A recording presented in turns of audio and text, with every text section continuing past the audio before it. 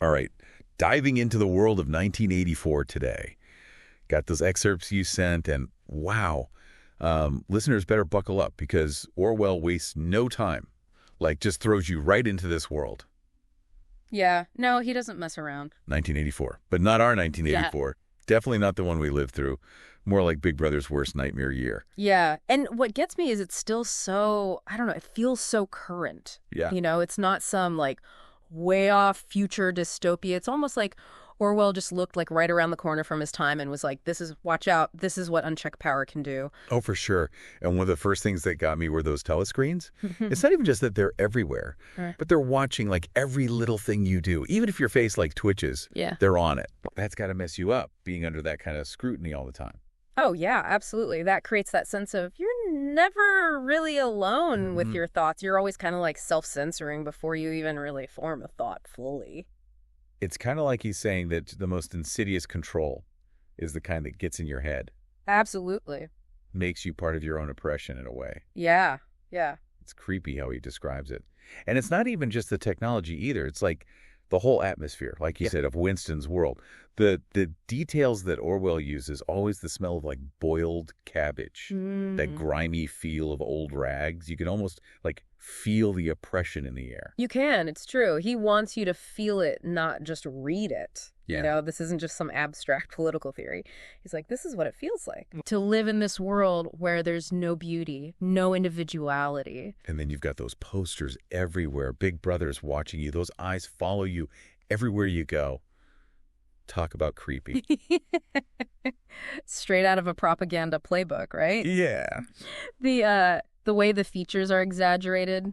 Right. The way it's designed to kind of inspire awe and fear. Yeah. I mean, those techniques are, you know, they've been around forever. But what Orwell shows is just how effective they can be. Oh, yeah. Even when you know you're being played. It's true. Even when he knows. Like in the 2 minutes hate, he gets totally caught up in it, even though he hates Big Brother. Exactly. It's like those primal instincts can just take over. That's right. Especially in a crowd. Mob mentality, for sure. Yeah. And, you know, you don't have to look far to see parallels in our world today. Oh, totally. I mean, think about how social media can be used to manipulate people, to get them all riled up. Oh, yeah. To demonize people, to, I mean... Makes you think.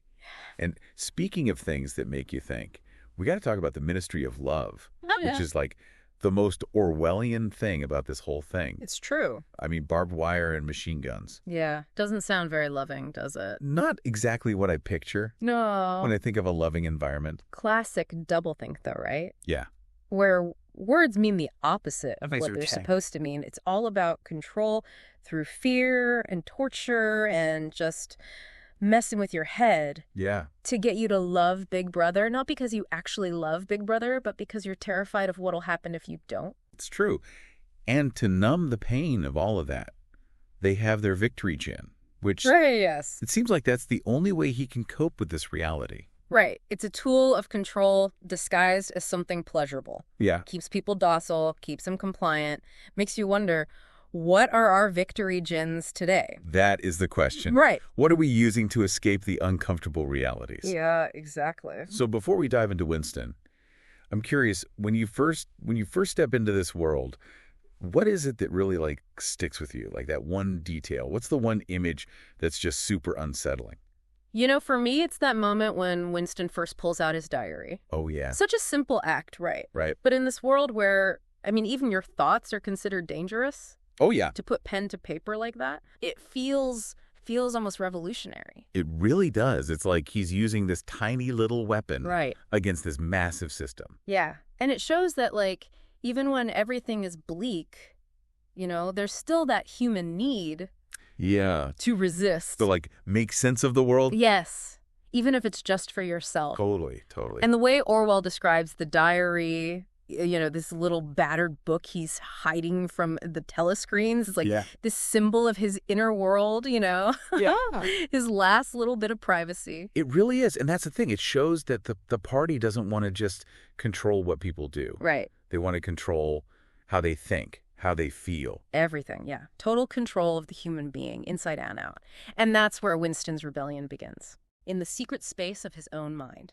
But of course he doesn't stop there. He has to go and meet Julia. Oh, yeah. That's a whole other level of defiance. And that's fascinating because it challenges the party on so many levels. Like, it's physical, obviously. Right. A rejection of their control over intimacy and all that. Desire and intimacy and all that.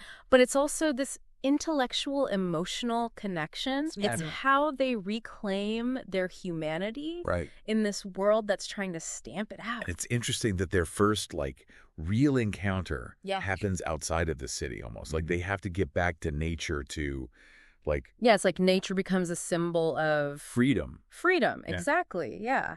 And notice how Orwell contrasts that with the city, which is all sterile and artificial. It's like he's saying... the only place real human connection can happen is outside of the party's control, in a place where it's not a crime to be an individual. And that just makes their relationship even more poignant. Right. Because it can't last. Of course not. Not in that world. No. And then you bring in the whole brotherhood thing, and the stakes get even higher. Do you think he ever really believes in that? It's the question, isn't it? It's like Orwell's playing with us. We want a happy ending. We want to see Big Brother get his... We want the big rebellion. Yeah, the grand uprising.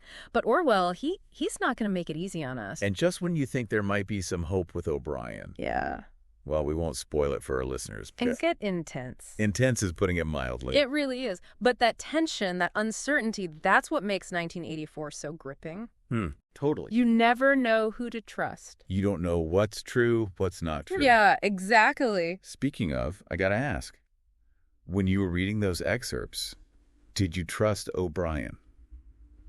It's funny. Yeah. Even though I know how it ends. Right. When they turn off the telescreen and they have that drink. Yeah, yeah. I got caught up in it. It's such a good scene. There's so much danger, so much intrigue in that moment. That's what makes Orwell so good. He sucks you right in. That's right. You forget you're reading this warning about totalitarianism. Yeah, totally. You're right there with them. You feel the weight of every decision. Exactly. And that's what makes it so relevant, even today. Oh, for sure. Like, we might not have telescreens watching us.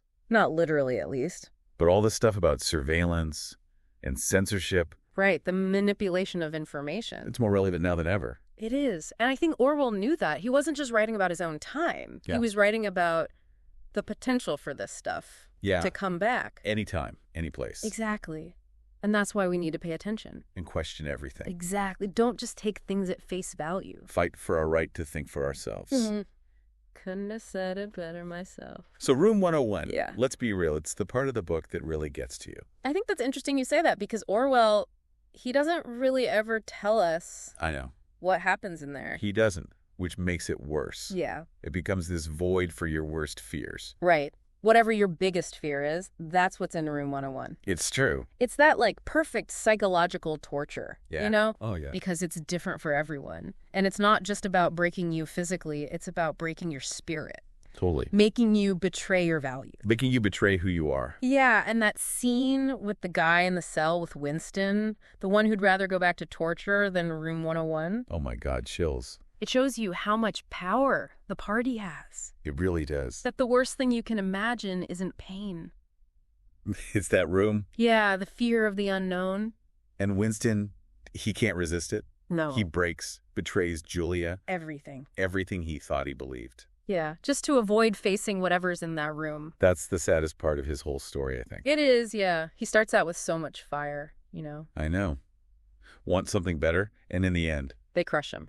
They really do. Makes you wonder if it's even possible. To fight back. Against that kind of power. It's definitely bleak. But then there's that last scene in the Chestnut Tree Cafe, and I don't know if it's more hopeful or just sadder. Right. He's out, but he's not really him anymore. No. Sees Julia, but it's like they don't even know each other. They're strangers. And he's just drinking his gin, towing the party line. It's like they won a total victory. It's terrifying. Not just over his body, but his mind, too. And you're left thinking, what was the point of any of it? Yeah, it's heavy. If they can break him, what hope is there for anyone else? It's a question that sticks with you. Yeah, it does. But for me, even with all the darkness, there's still a little bit of hope. Okay, I like that. Because Orwell wrote the story. Right. He warned us. Showed us what happens when we let power go unchecked. So it's a call to action, in a way. Absolutely. No. 1984 is a reminder to never take our freedom for granted. Yeah. We can't let them control our minds, our words, our lives. The fight's never over. No, and it looks different for every generation. That's true. But that's why 1984, it'll always be relevant. Always be timely. Always a warning.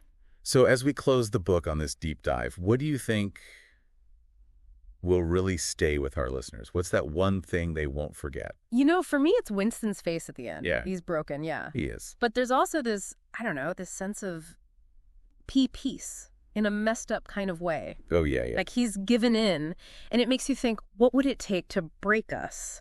It's not a fun question. No. What would make us betray everything we believe in? Yeah, it really makes you think about what you stand for. Yeah, it does. But I think that's good, though. Yeah. The more we understand those dangers, the better we can resist them. Well said. And for everyone listening, think about that. What would your Room 101 be? Ooh, that's a good one. What would it take to make you give in? Orwell doesn't give us the answer. Maybe that's the whole point. Maybe it is. We have to face those questions, even though they're hard. Because in the end, the right to think for ourselves, that's worth fighting for. Couldn't agree more.